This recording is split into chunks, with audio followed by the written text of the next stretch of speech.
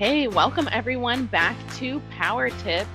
And today we're talking about Power Pages and specifically the newest release wave and the functionality that's in there for Power Pages. And none of us are Power Pages experts, but we're still excited to talk about the new features. And we'd love to hear from you guys what features are beneficial for you and what other things you want to hear more about. So let's jump into it. Because we don't know much about Power Pages, I thought this was a really cool new feature that's coming, which is the guided learning within the design studio. So it's just going to make it easier for the makers to find the learning content that they need, find the help that they need while they're building.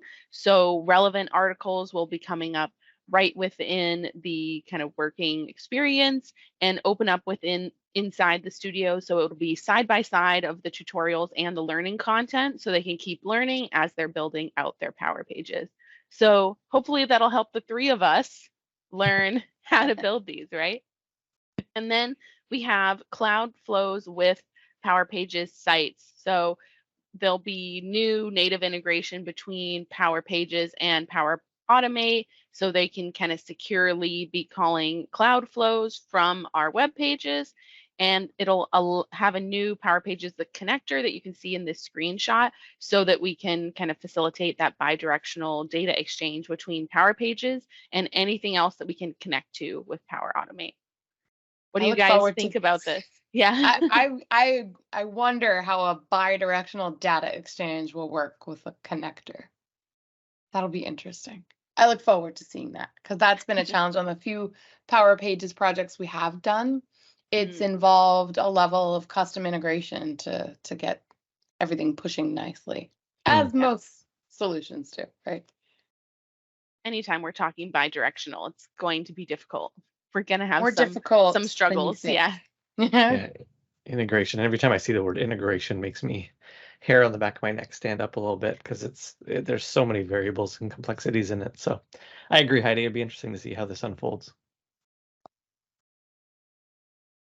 I threw this one on the next couple. So this one, full transparency, I thought that this was a thing already. So I didn't realize that it wasn't. I know historically you've had the ability to put on, I can't find the right language, but you essentially configure it so that a user who's looking for information and about to submit a case they put the information in and it essentially surfaces some knowledge articles that align to their topic to try and get them to answer their question before they submit a case and trouble the customer service team.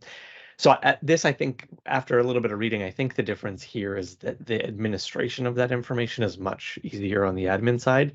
And there's some newer functions. I think it's laid out a little cleaner in that this is more a proactive searching for information, whereas the other was a responsive, here, this is what the user put in and let's surface this information. This is putting that power and pun intended, I suppose, into the user's hands to search for what they're looking for, right? In a intuitive interface, which I think is super valuable. Anytime you can give people the information before they have to ask for it is always awesome. So this one looks pretty cool. And then this one, I mean, solutions just make life so much easier across the board, just from an ALM perspective. So again, was a bit surprised because I don't work in Power Pages a lot. I had to do a double take when I saw this one on the list and realized that it wasn't actually a thing, but it's a logical inclusion to me that they're finally here because this just gives you the ability to port things between environments. If you're not familiar with solutions, please do some reading on what those are and look back at previous videos because they're an invaluable resource to makers and admins for sure. So this is a great addition. Oh yeah, it's not fun not having portals be solution aware. So I agree. Okay, the first tip that I have is a really simple one, but it's the extension of your Power Pages trials. So today it's a 30-day trial, but in July, you will get a 90-day trial. Ooh.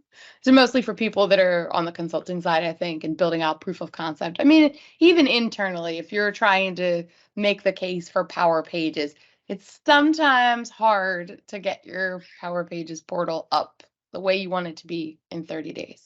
And then convince all of the higher ups that this is the direction we need to go. And it's such a bummer when you get that meeting scheduled for like day 32 and then you have to rebuild. So this is cool. And then kind of what Malcolm was talking about, right? So the knowledge articles are a pain in the butt, right? I mean, you have to spend all that time creating content, uploading knowledge articles, tagging them the right way, making sure that they show up. Why not use Copilot to do that for you? So this one's cool. Like everything Copilot, we have no idea when it's coming or how much it costs, but public preview for this one is coming in August. Get answers from your website data using Copilot. So I grabbed a screenshot out of a video that I found on Microsoft because there's nothing in the release notes about what this looks like. I think this is it. And it seems to be Power Virtual Agents capabilities with the Power Virtual Agents chatbot we talked about in our last episode here in Power Pages. So again, how does that work? What does that cost? Do I license Power Virtual Agents? Do I license Power Pages? And do I need a special Copilot? I don't know. Probably.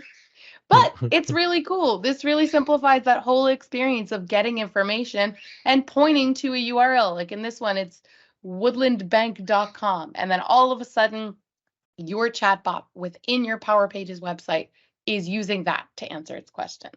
So I think this is great. I mean, with everything Copilot we've seen, this is great.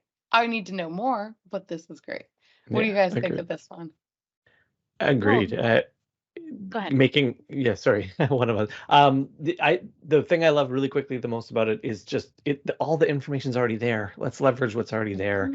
If it can source the answer to the question from content that's already been created and it's probably being updated dynamically by whoever's managing your website, that just makes more sense, right? That as soon as you publish it on the website, it's public information that should be easily attainable from this tool to grab that information. And then the customer's getting real-time information instead of dated information, because we all know in large organizations especially, sometimes a change happens over here, but the information internally doesn't trickle to everybody. This person might be giving invalid information because they're not even aware of the change. When it's pushed on the website, it's now common knowledge to the bot. So to me, that's super valuable. I just think it's interesting that there was, this is one Copilot item that we're talking about, but there was a whole list of other Copilot features coming for Power Pages. So, we've seen Copilot showing up in all of our products, and there's just a lot of investment there. And so more and more features will be coming to make it easier and easier for us to build things. Awesome. So thanks for joining us on this episode about Power Pages. Next episode, we're wrapping up the Power Platform. All we have left to talk about in this round of release notes is Power BI. So stay tuned for updates that we're excited to see in Power BI. Bye, everybody.